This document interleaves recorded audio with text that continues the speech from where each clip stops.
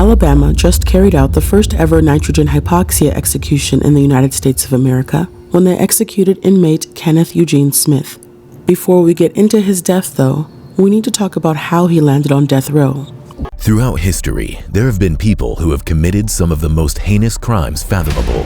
For those crimes, they have been convicted and sentenced to death. Welcome to Death Row Executions, where we take a look into the lives of society's worst offenders. And now, your host, Air. In the quiet town of Sheffield, Colbert County, Alabama, a tale of deceit and murder unfolded in 1988. The central figure of this story was none other than Charles Sennet Sr., a respected pastor of the Westside Church of Christ. As a man of faith, Charles was known for his sermons and his role in the community. But beneath this veneer of respectability, an evil plot was brewing. Charles was married to Elizabeth Sennet, a woman who was loved by many. Their marriage, like any other, had its ups and downs, but no one could have predicted the tragic end that awaited Elizabeth. Being the first lady of the church, Elizabeth was respected and was considered to be a good mother to her sons. As the Sennet's financial troubles mounted, Charles found himself in a desperate situation. He was also entangled in an extramarital affair, adding another layer of complexity to his troubled life. It was around this time that Charles made a decision that would forever change the course of their lives. Instead of praying or relying on members of his church to help him perhaps, he decided to let the evil whispers take over his mind and actions. Despite being in charge of a church and owning property that he was renting out, Charles was unable to manage his money properly, and he could not handle being in financial ruin. One day, Charles approached Billy Gray Williams, one of his tenants, with a proposition. He offered Billy $1,000 to kill his wife, Elizabeth. Billy agreed with no hesitation. Billy was a go for the job, but he soon realized that he needed more manpower. Billy then enlisted the help of his two friends, Kenneth Eugene Smith and John Forrest Parker. Despite how heinous the crime would be, Kenneth and John agreed to help their friend Billy carry out a murder. Billy then went to Reverend Charles and told him that he enlisted the help of more men and they would need more money. Charles now agreed to pay each man $1,000 for a total of $3,000. I know some of you might be thinking how he could afford to pay the men so much money when he was complaining of not having any. Well, like a lot of inmates I have talked about on this channel, he decided to take out a large life insurance policy out on his wife and was expecting a big payout. On the fateful day of March 18th, 1988, Elizabeth Sennet, or Liz as she was affectionately known, met her tragic end. That day, Charles was conveniently away from his home, while Liz was by herself expecting a normal day like any other day. Little did she know, Charles had given Kenneth Smith and John Parker, the men he hired to kill Elizabeth, permission to enter his house. Kenneth and John casually knocked on Elizabeth's door and she answered it. The men told her that her husband gave them permission to look around the property because they were hunters and thought the property looked good for hunting. Before the men were let in, Elizabeth called her husband to make sure what these strange men were saying was true. She phoned her husband and Charles let her know that everything was okay.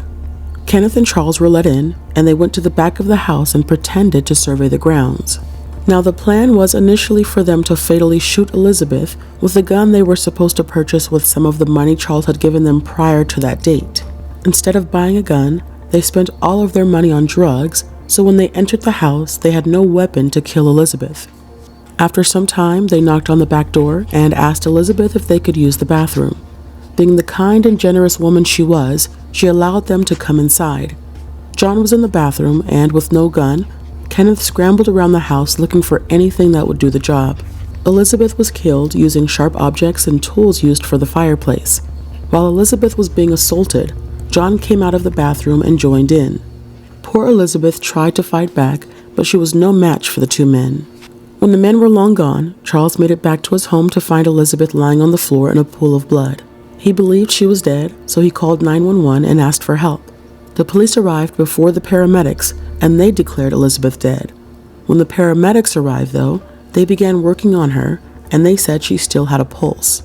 Witnesses said that the color of Charles changed immediately, and he looked visibly shocked. Elizabeth was taken to the Helen Keller Hospital, where doctors worked very hard to keep her alive. Unfortunately, Elizabeth succumbed to her wounds, and she was pronounced dead. Now, back at the Sennet family home, the crime scene, One of the first responding officers was Sheriff Ronnie May, and he was also the lead investigator of Elizabeth's death. He noticed that there was a mess everywhere, and initially he suspected a burglary gone wrong. There was a shattered medicine cabinet, missing electronics, and more. But the detectives weren't born yesterday, and they noticed that the crime scene was a little too clean, so they decided to dig a little deeper. Coincidentally, a week before Elizabeth's murder, Sheriff Ronnie May was investigating another murder nearby, and Reverend Charles was snooping around the investigation. Charles had been asked to leave multiple times before he finally ended up leaving. Maybe he was learning what detectives did during murder investigations, or he was figuring out how to make the death of his wife look more believable. Whatever the case may be, Sheriff Ronnie May recognized Charles from the week prior, and he grew suspicious. And what do you know? Sheriff Ronnie May was right. After more digging, they discovered that Elizabeth was recently insured by Charles. He did have a solid alibi, but they thought maybe he could have been involved in a different way. They learned that he had a history of mental illness, was having an affair on Elizabeth, and had money problems. Just a week after Elizabeth died, and the investigation into her murder progressed, Charles was brought in for questioning. They talked about his affair, the life insurance policy he had taken out, but for hours, Charles continued denying having anything to do with his wife's murder. With no solid evidence to arrest Charles, he was free to go when the interrogation concluded. As Charles was walking out of the building, though, someone asked him, "Hey Charles, do you know who Kenneth Smith is?" Charles got red in the face and left without responding. Charles knew investigators were getting closer to discovering the real cause of Elizabeth's death, and Charles could not live with himself if he had ever been convicted of murder and had to spend the rest of his life in prison. Charles, although no longer in the hot seat, decided that it was finally time to come clean. Not to authorities, though. He drove to his church where his sons and their families were attending service. Charles sat with his family and confessed to them that he was responsible for killing his wife, their mother. He let them know that he had hired a few men to kill her, and he also came clean about his affair. He then told his sons that he was struggling financially and had Elizabeth killed for insurance money. Charles's family was at a loss for words. They were still in mourning and now had to come to the realization that their religious and devout father was behind something heinous. As for Charles, he could no longer live with himself now that the truth was finally out. He walked outside of the church, went inside of his car, and fatally shot himself. After Charles did what he did to himself, the investigation did not stop. Police obtained a warrant to search Ken's home, and they ended up finding evidence that linked him to the murder. They also found a video recorder that he took from the Sennet family home. Investigators were closer than ever to having the full story of what happened to Elizabeth. Kenneth and John were brought in for questioning, and they admitted to everything. Kenneth was indicted on murder charges, and his trial began in 1989. In a vote of 10-2, the jury recommended life without parole, but the judge overruled the jury's recommendation and sentenced Kenneth to death. Now, many of you all question why I bring up race in some of my videos, and it's because it was important enough to be mentioned in court documents, it mattered to the inmate, or for some other reason. For this particular story, race is important because it's what got Ken's first trial overturned. For the first jury trial, the jury did not consist of enough races the defense wanted. The defense believed that the prosecution purposely took black jurors off the jury so they can have a majority white jury. The defense believed that since Ken killed a white woman, white jurors would for sure find him guilty. It did not matter that the jury members were not the ones to recommend the death sentence, and it was the judge alone who wanted Ken to face death. What are your thoughts on this? I have told stories of Asians on death row, and there was not one Asian who acted as a jury member in their trial. The same goes for Black and Hispanic inmates throughout history who have had a majority all-white jury. It's rare to see cases overturned because of racist prosecutorial jury selection tactics. If that was the case, knowing America's history, many old cases would be overturned because of this issue. Let me know what you guys think in the comments below. As for Ken's partner in crime, John, he was also sentenced to death and he was executed in 2010. Ken's second trial began in 1996. If race was a factor in the first jury, I guess it meant nothing for this second trial. Out of the 12 jury members, 7 were black women, 4 were black men, and 1 was a white woman. In a vote of 11-1, the jury found Kenneth guilty and recommended a sentence of life without parole. We don't know and can't assume which jury member out of the 12 disagreed with the sentence. Despite the jury's recommendation, though, the new judge, just like the first judge, chose to override their decision and decided to sentence Ken to death for the one aggravating factor that the murder was committed for monetary gain. The judge decided that that factor outweighed the mitigating circumstances of past childhood history, lack of a prior criminal record, and other facts defense brought up. The judge had no issues openly saying that Ken deserved the death penalty and that some people serving on juries don't want the responsibility to sentence someone to death. You all have noticed that 2 different judges overruled the jury's decisions. Back then, 95% of Alabama's death sentences had been passed on judicial override since 1976 when executions were reinstated. In 2017, though, Alabama got rid of its override system, and many against the death penalty believed that Ken should be taken off of death row given the fact that he was sentenced to death based on judicial override. If Alabama trial judges no longer have the authority to override capital jury sentencing determinations, then Ken's case should be reviewed. It wasn't, though, and Ken stayed on death row awaiting his execution.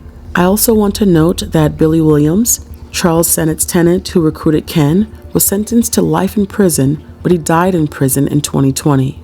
Ken was set to die on November 17, 2022 by method of lethal injection. Alabama was not on a good track record for successful executions, though. There were 2 botched executions before Ken's upcoming execution.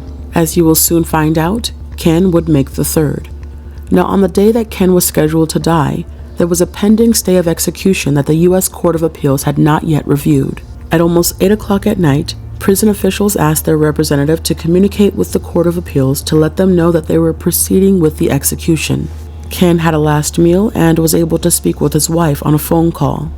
Ken was prepared and content with death. The prison's lawyer sent an email to the appeals court at 7:45 p.m., and Ken's phone call with his wife ended at 7:57 p.m. Exactly 2 minutes later, the U.S. Court of Appeals granted a stay of execution, and it is said that the prison rep did share the news with the prison officials, but prison officials decided to ignore this information and go ahead with the execution. Ken was not allowed to speak with his legal team, and he was not notified of the stay either. Ken waited for a couple of more hours in a holding cell before his execution began at 10 o'clock at night. They tried to place an IV in different parts of Ken's body, but they were unable to find a vein.